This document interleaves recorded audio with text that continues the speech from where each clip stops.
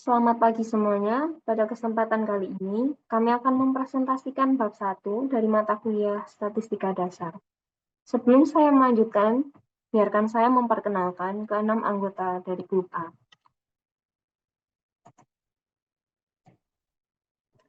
Yang pertama, ada Juan, Roger, Ivan, Rania, Patrick, dan saya, Joyce.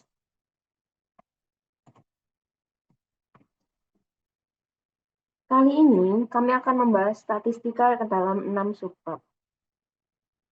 Ada etimologi, people atau orang-orang, data, sampel dan populasi, persentil, dan kuartil. Ukuran pusat dan penyebaran. Nah, yang pertama, statistika itu apa sih?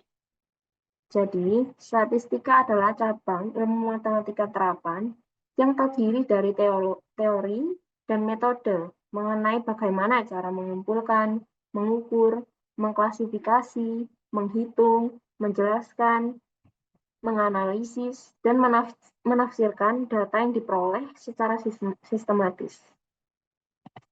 Jadi, secara singkatnya, statistika itu kumpulan dan interpretasi data di seluruh dunia dengan menggunakan statistik untuk mengukur dan menganalisis variabel.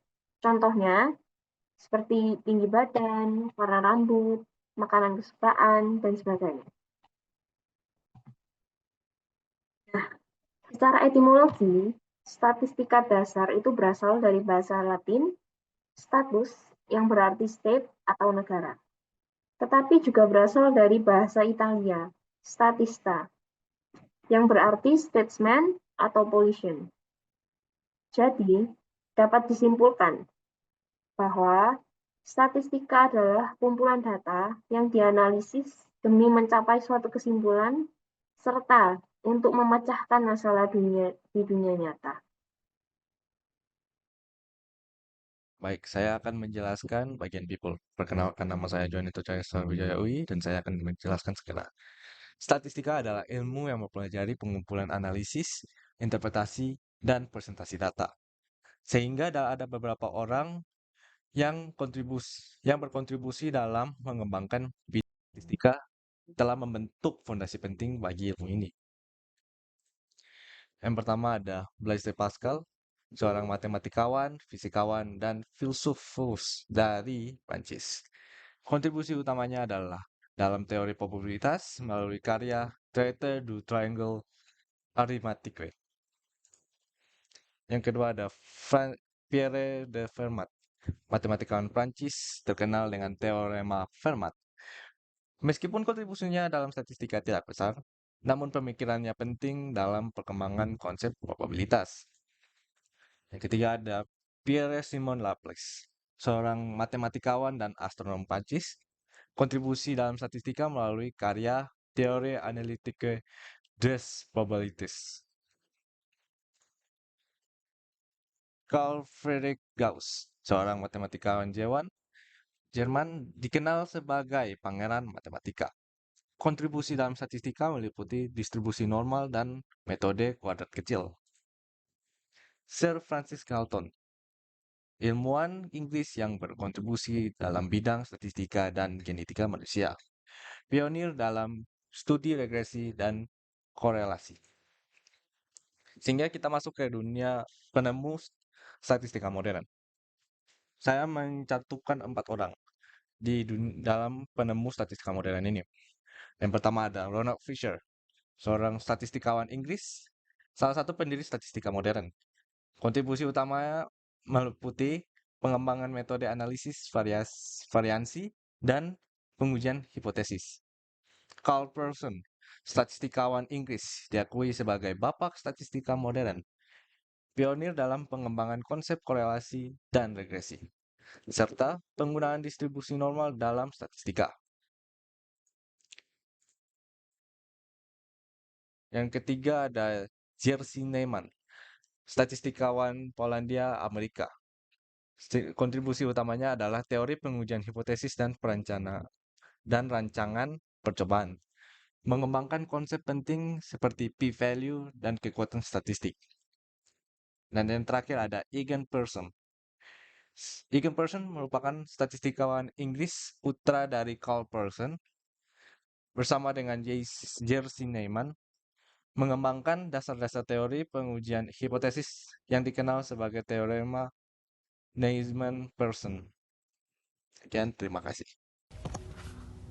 Nama saya Rania, saya akan menjelaskan mengenai data. Data itu sendiri merupakan catatan atas kumpulan fakta. Data merupakan bentuk jamak dari datum, atau adaptasi dari bahasa Latin yang memiliki arti sesuatu yang diberikan. Dalam kehidupan sehari-hari, data ini merujuk kepada informasi yang diterima tanpa diubah-ubah. Informasi ini berasal dari pengukuran atau pengamatan suatu variabel yang bisa berupa angka, kata-kata, maupun gambar. Dalam ilmu pengetahuan, informasi itu bisa dikumpulkan untuk membentuk apa yang disebut sebagai data. Data ini kemudian dianalisis dan disusun sedemikian rupa agar dapat dijelaskan secara jelas dan tepat kepada orang lain yang mungkin tidak memiliki pengalaman langsung terhadap topik tersebut. Proses ini seringkali disebut sebagai deskripsi. Jika data selesai dikumpulkan, langkah berikutnya adalah mengelompokkannya berdasarkan kesamaan atau perbedaan yang ada, atau dikenal sebagai klasifikasi. Elemen statistika ada dua, yaitu statistika deskriptif yang berisi collect, organize, summarize, display, dan analisis. Sedangkan statistika inferensi berisi memperkirakan dan meramalkan nilai parameter populasi, menguji hipotesis tentang nilai parameter populasi, dan membuat suatu kesimpulan. Lalu ada dua tipe data, yaitu kualitatif dan kuantitatif. Kualitatif sendiri berisi tentang suatu kategori seperti warna, jenis kelamin, maupun kewarganegaraan. Sedangkan kuantitatif menjelaskan sesuatu yang terhitung seperti temperatur, harga, dan juga berat. Skala pengukuran, ada skala nominal berisi grup atau kelas dan jenis kelamin. Skala ordinal berisi urutan dan ranking.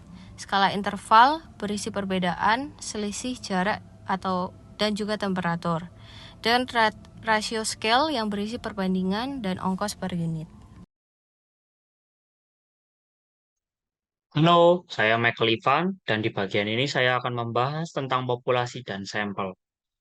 Populasi adalah keseluruhan data dari objek yang ingin diketahui, sementara sampel adalah sebagian data yang dipilih dari populasi. Jadi, jika semisal kita ingin mengetahui data pengguna HP Android yang ada di negara Indonesia, maka seluruh warga Indonesia adalah populasinya. Dan jika kita mengambil data dari daerah Jawa Timur saja, maka itu yang disebut dengan sampel. Selanjutnya adalah macam-macam sampling. Di sini saya akan menyebutkan 5 macam sampling, yaitu yang pertama adalah simple random sampling. Simple random sampling adalah metode pengambilan sampel secara acak dengan prinsip bahwa setiap anggota populasi itu memiliki kesempatan yang sama untuk terpilih dan tidak terpilih. Yang kedua adalah systematic sampling. Systematic sampling adalah metode pengambilan sampel dengan cara memilih sampel secara teratur dan acak. Contohnya seperti peneliti ingin mengambil data dari setiap orang kelima yang perhitungannya dimulai dari orang ketiga. Berikutnya ada clustering sampling. Cluster sampling adalah metode pengambilan sampel dengan membagi populasi menjadi kelompok-kelompok yang disebut dengan cluster. Dan kemudian kelompok-kelompok tersebut dipilih secara acak untuk dijadikan sampel. Yang keempat ada stratified sampling. Stratified sampling adalah metode sampling dengan cara memecah populasi menjadi kelompok berdasarkan suatu karakteristik tertentu yang sudah ditetapkan.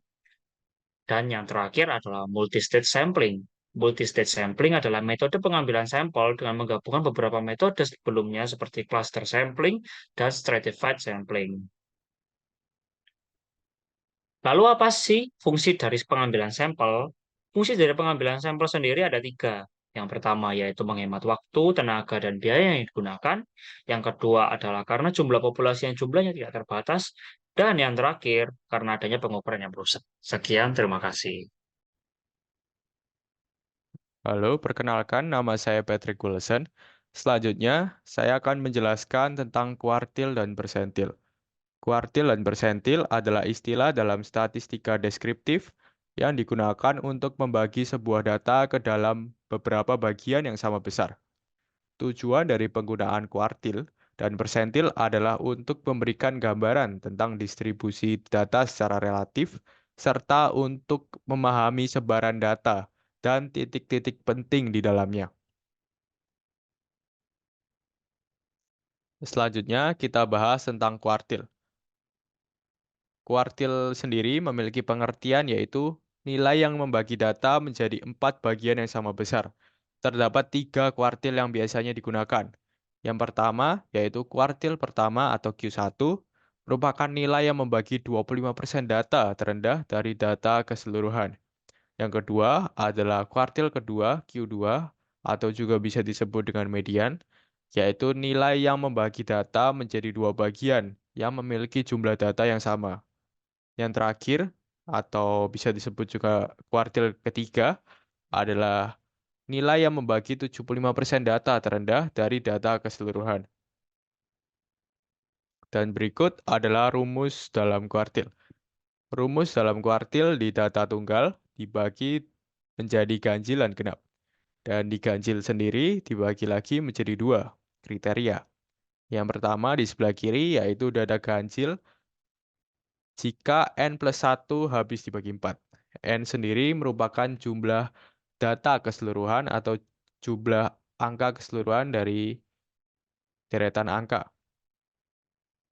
Lalu yang kanan merupakan data ganjil jika N plus 1 tidak habis dibagi 4.